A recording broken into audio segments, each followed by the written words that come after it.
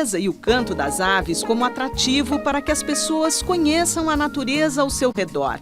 A websérie Cantos da Amazônia, dirigida por Carolina Fernandes, registra o resultado dos encontros para observação de pássaros iniciados durante a pandemia do ornitólogo Mário Conrapt, pesquisador e curador da coleção de aves do Instituto Nacional de Pesquisas da Amazônia, e do fotógrafo Marcos Amendi.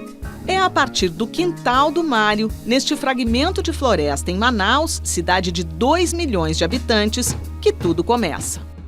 Só desse quintal meu, eu já registrei mais que 200 espécies de passarinho. No Repórter Eco de hoje, conheça a diversidade de aves na maior floresta tropical do mundo. E veja também: cientistas estudam o comportamento da onça parda para preservar o felino ainda encontrado na região de Cerrado, em Minas Gerais. Criar espaços verdes para viver mais perto da natureza é a proposta de Tines, Terra das Crianças, projeto socioambiental trazido ao Brasil pela modelo Gisele Bündchen, em parceria com o Instituto Alana.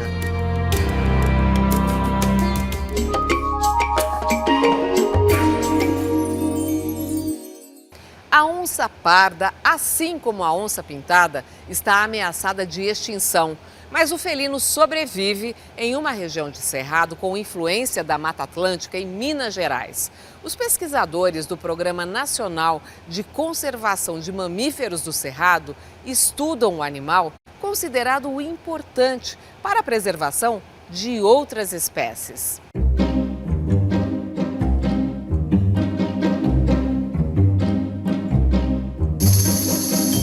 Uma beleza imensa que um nome só não é capaz de descrever.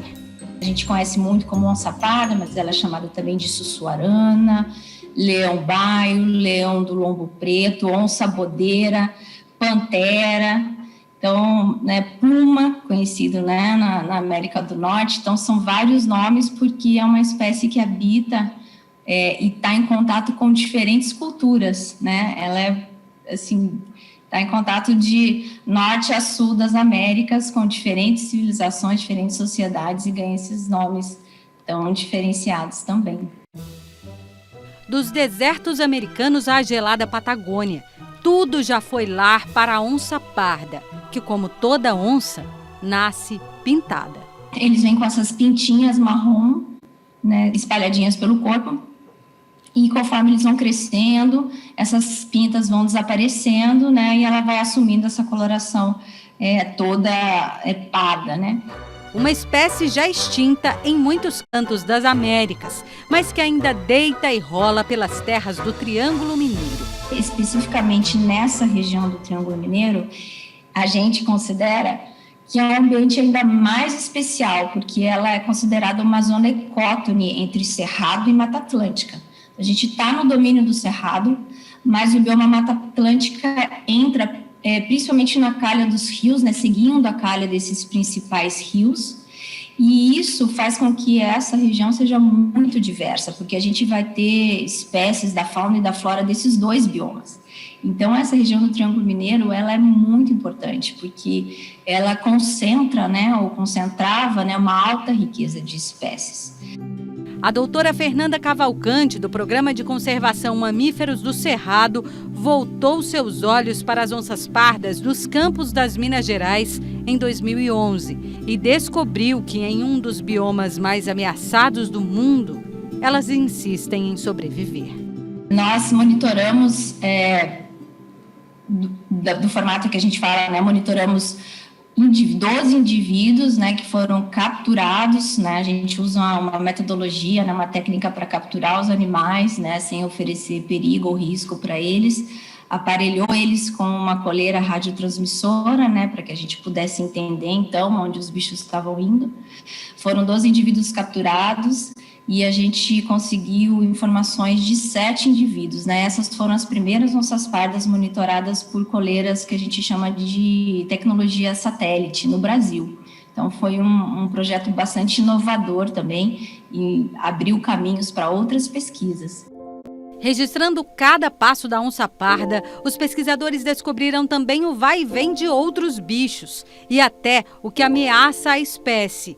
A caça ilegal, os atropelamentos e a perda de habitat. Mesmo com as lavouras engolindo a paisagem, mesmo com o gado solto nas pastagens, é no que resta de mata nativa que elas preferem morar. As onças pardas usam e selecionam principalmente ambientes florestados, ambientes com cobertura vegetal, ambientes naturais. Ela precisa de ambientes que tenham uma certa cobertura, né? Porque é um bicho que caça de emboscada, então ela precisa estar amparada por essa cobertura vegetal. Ela também precisa desses ambientes para reproduzir, né? Porque as tocas também precisam ser, né, escondidas em locais de pouco acesso para outras espécies. Então a gente descobriu uma forte dependência. Ao longo de 10 anos, os pesquisadores demonstraram que as onças pardas preferem se alimentar de presas silvestres do que de animais domésticos e comprovaram ainda que projetos como esse fazem mais do que preservar a vida de uma única espécie. São garantia de sobrevivência para um ecossistema inteiro. A onça parda é considerada assim uma espécie-chave, né, para a conservação de outras espécies. E também ela é considerada uma espécie, a gente pode chamá-la de uma espécie paisagem, uma espécie detetive, né? Então, por onde ela passa, provavelmente são áreas que deveriam ser preservadas, são corredores ecológicos, né? Áreas que detêm a cobertura vegetal necessária, né, para um grande predador, e aí todas as espécies que vêm abaixo estariam contempladas também, né, dentro dessas áreas. O que eu acho mais legal é que as pessoas tenham consciência que sim, eu tenho uma onça parda no meu quintal, né? Essa espécie, ela ainda existe, né, na área onde eu moro, né? E isso é qualidade de vida. Às vezes as pessoas não fazem essa ligação, né? Mas a presença de uma espécie topo de cadeia como a onça, ela nos diz que o ambiente ainda tem qualidade, né? Que essas áreas ainda têm qualidade, e isso é qualidade de vida para o ser humano.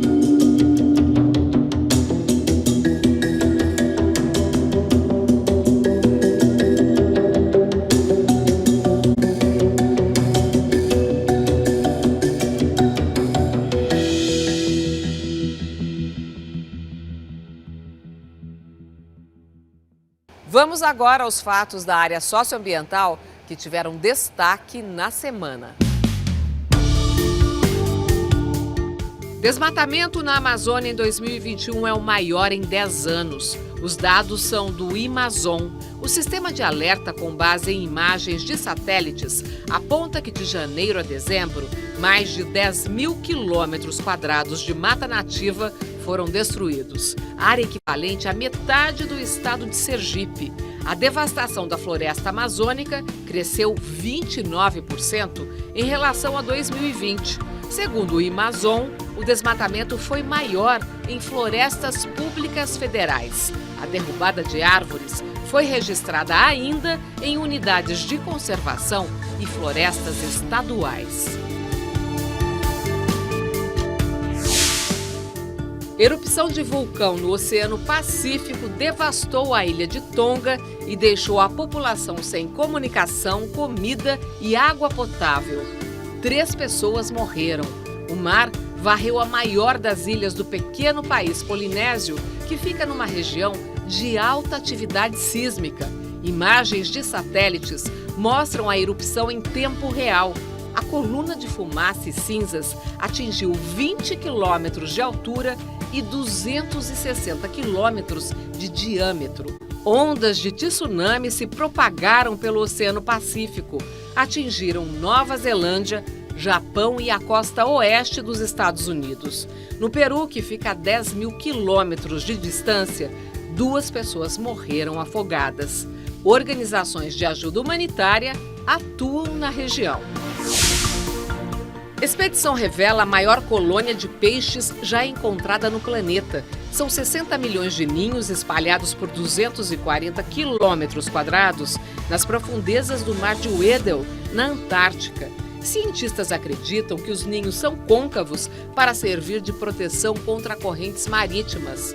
Num dos registros, um peixe-gelo adulto parece cuidar dos ovos, que têm a cor azul claro.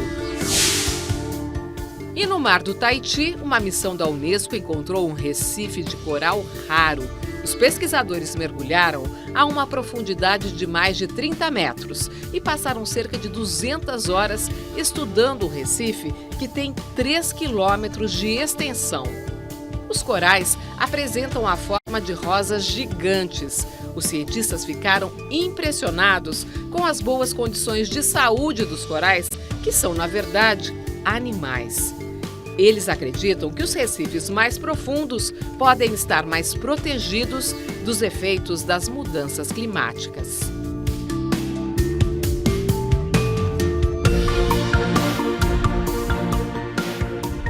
E veja logo mais aqui no Repórter Eco.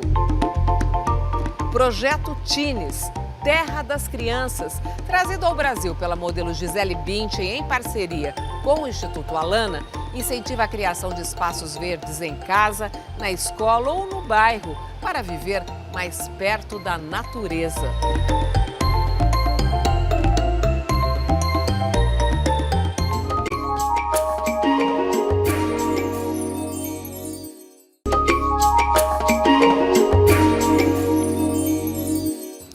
Teens, Terra das Crianças, é um projeto socioambiental que fez sucesso ao incentivar o cultivo de espaços verdes dentro de casa, nas escolas e no bairro. Foi trazido ao Brasil pela modelo Gisele Bündchen em parceria com o Instituto Alana. A iniciativa mostra como pequenas ações ajudam a viver mais perto da natureza.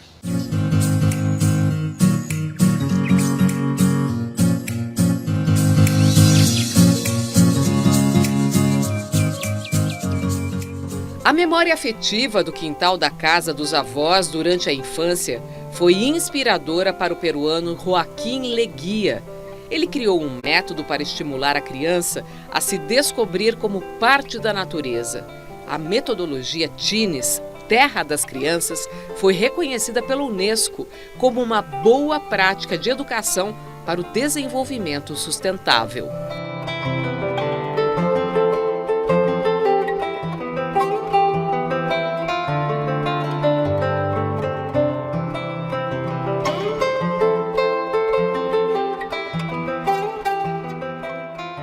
As crianças precisam de um parceiro adulto. Uma parceria, é preciso um espaço, deve ser num lugar seguro e próximo. Algumas casas não têm jardim, são casas pequenas, mas tem uma janela que dá para colocar 3 vasos. E para tudo isso, eles também têm um caderno, em que registram como estão melhorando o mundo. Por fim, eles têm esse lugar que podem frequentar, agradecer por ele e aproveitar. E basicamente você cede, os adultos cedem um pedaço de terra, equivalente a meio metro quadrado ou 3 vasos, para que as crianças possam cultivar essas plantas e a partir disso se encantar com a natureza, Então é uma metodologia onde, por meio desse vínculo com a natureza, com o plantio, elas possam ter essa sensação de poder transformar o mundo. E que livro a gente vai ler? Terra das Crianças. Era uma vez, num lugar nem tão distante assim, a história de um buraco sem fundo. O universo das Teens passou a ser replicado em muitas casas e escolas do Peru e depois do Equador, conta o coordenador do programa Criança e Natureza do Instituto Alana, que trouxe a metodologia para o Brasil. Elas escapuliam querendo espiar quem morava lá dentro. O buraco. É esse? Aham. Da borda do buraco, começaram a chamar. Tem alguém aí? Ai, ai, ai. Tem alguém aí? Tem alguém aí? Quais são os primeiros resultados dessa experiência que nasceu no Peru? Hoje, tanto o Peru quanto o Equador tem mais de 6 mil instituições de ensino e de educação que utilizam, fazem uso dessa metodologia reconhecidamente como uma política pública. A gente traz a metodologia pelo Instituto Alana e a Gisele Bündchen também tem um papel crucial aí nessa protagonização desse projeto no Brasil. A gente tem 2 públicos principais com esse projeto. Um é de famílias, então a gente tem um site onde tem um guia de como fazer uma Teens com as crianças em casa, para quem principalmente pela questão pandêmica, estarmos isolados em casa, não tendo tanto esse contato que já não tínhamos tanto com as crianças na natureza. Então, existe lá um guia de como proporcionar isso dentro de casa. Existe a Insta-série, né, que está no canal da Gisele Bündchen, e também o nosso próprio canal do Instagram, que a gente repassa muitos conteúdos. Para os educadores, né, o nosso outro público, a gente tem um EAD para conseguir replicar esse projeto também para escolas ou mesmo para comunidades. Então, o Tine serve tanto para ter Tines nos lares, quanto nas escolas, ou também na comunidade, em hortas comunitárias, né? Ela não te pica, Gisele? Não. Ela vai te picar à vista, cuidado. Não, ela é minha galinha, ela é bem querida. A parceria do Instituto Alana e de Gisele Bündchen resultou numa série de vídeos no Instagram, com mais de 6 milhões de visualizações até agora. Eu acho que esse é um projeto muito incrível, porque ele dá a oportunidade da gente plantar essa sementinha de consciência, de amor, de reconexão, para a gente relembrar as nossas crianças quem somos, que nós somos a natureza. O que a gente come no verão, o que a gente come na primavera. A terra nos dá o que a gente precisa no momento que a gente precisa, essas estações são para isso. A reconexão com a terra pode se dar a partir de experiências e brincadeiras, seja num grande quintal, num pequeno canteiro ou até mesmo em apenas 3 vasos.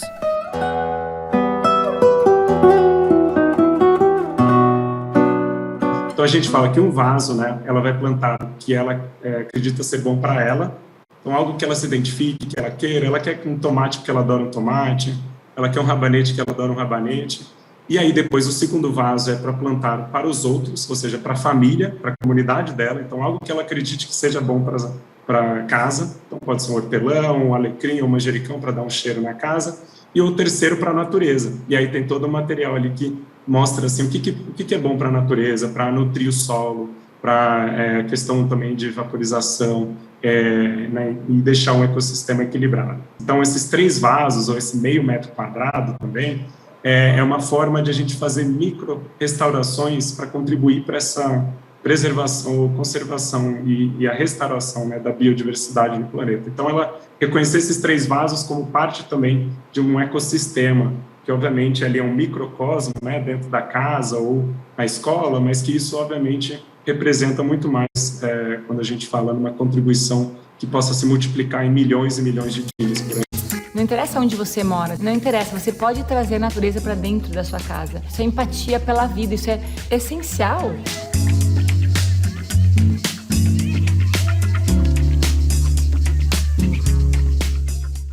E veja daqui a pouco aqui no Repórter Eco.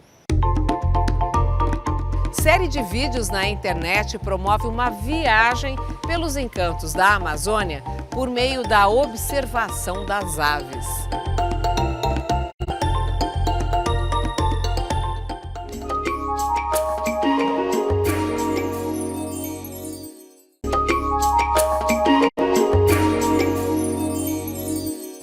Uma websérie divulgada no YouTube promove um passeio pela maior floresta tropical do mundo por meio da observação das aves. É o projeto Cantos da Amazônia, que reúne uma série de vídeos curtos sob a direção de Carolina Fernandes.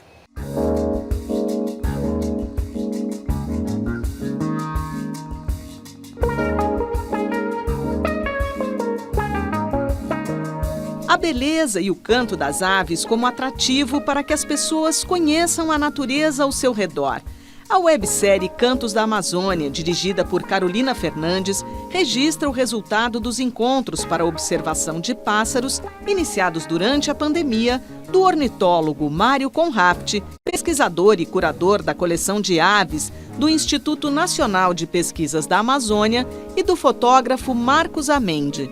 É a partir do quintal do Mário, neste fragmento de floresta em Manaus, cidade de 2 milhões de habitantes, que tudo começa.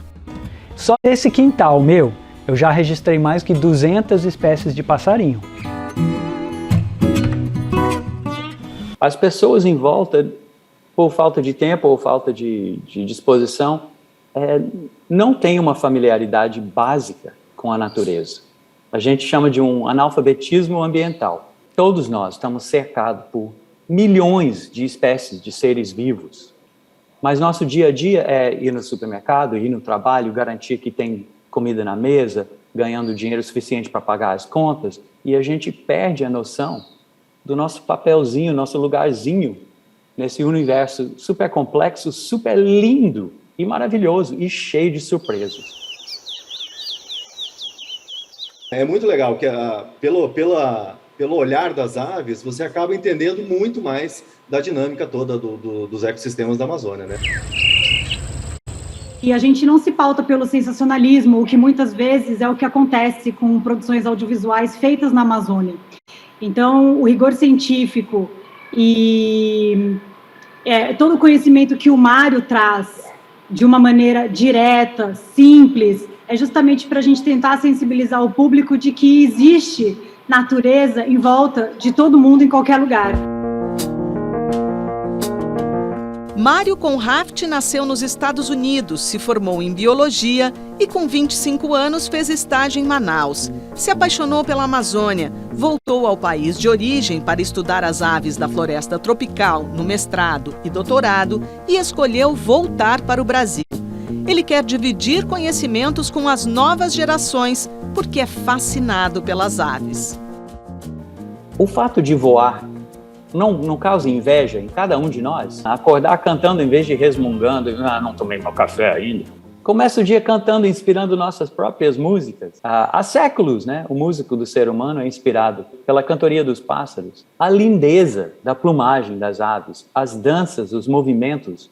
Pássaros fazem arte, dançam, constroem, fazem não só ninhos, são obras de engenharia estudadas até hoje por engenheiros para entender como ter tanta resistência num pacote tão pequeno e leve feito com materiais tão vagabundos. Mas fazem também obras de arte para encantar os potenciais parceiros, para cortejar. Tem aves que dançam para impressionar. É muito difícil achar alguém que, eu não gosto de pássaro, bicho horrível. São lindos. Lindos de ver, lindos de ouvir. O que ameaça hoje, principalmente, essas espécies de aves que você estuda na Amazônia? A descaracterização dos ambientes naturais. Mas isso vem de várias formas. Desmatamento, poluição, inclusive na água.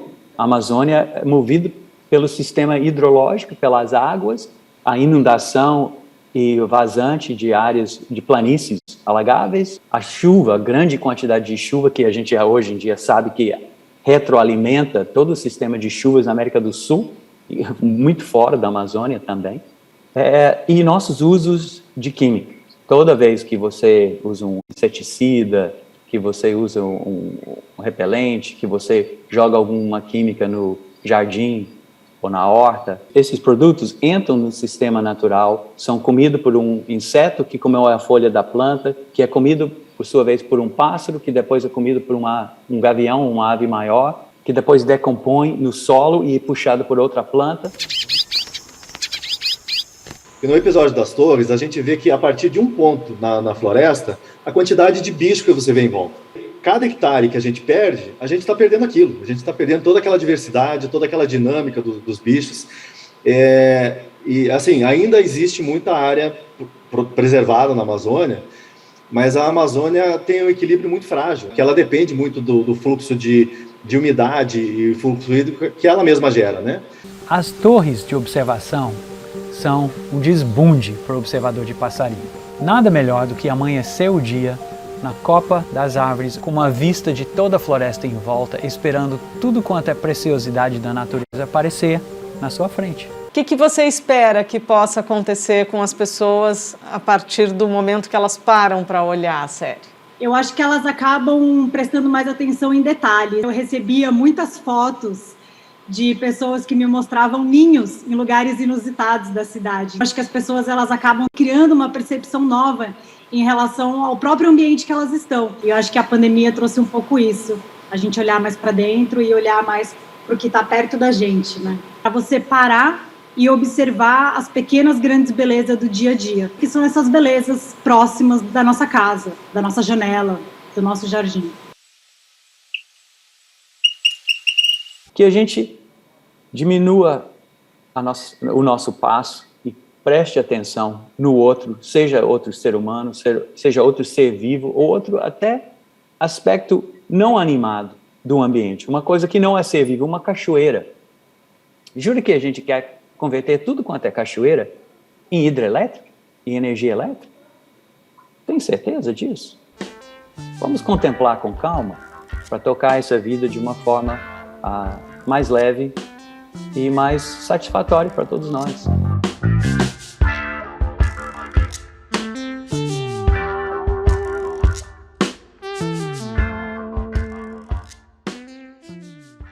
E hoje a gente fica por aqui. No próximo Repórter Eco, você acompanha mais projetos, ações e pesquisas em busca de um mundo melhor para todos.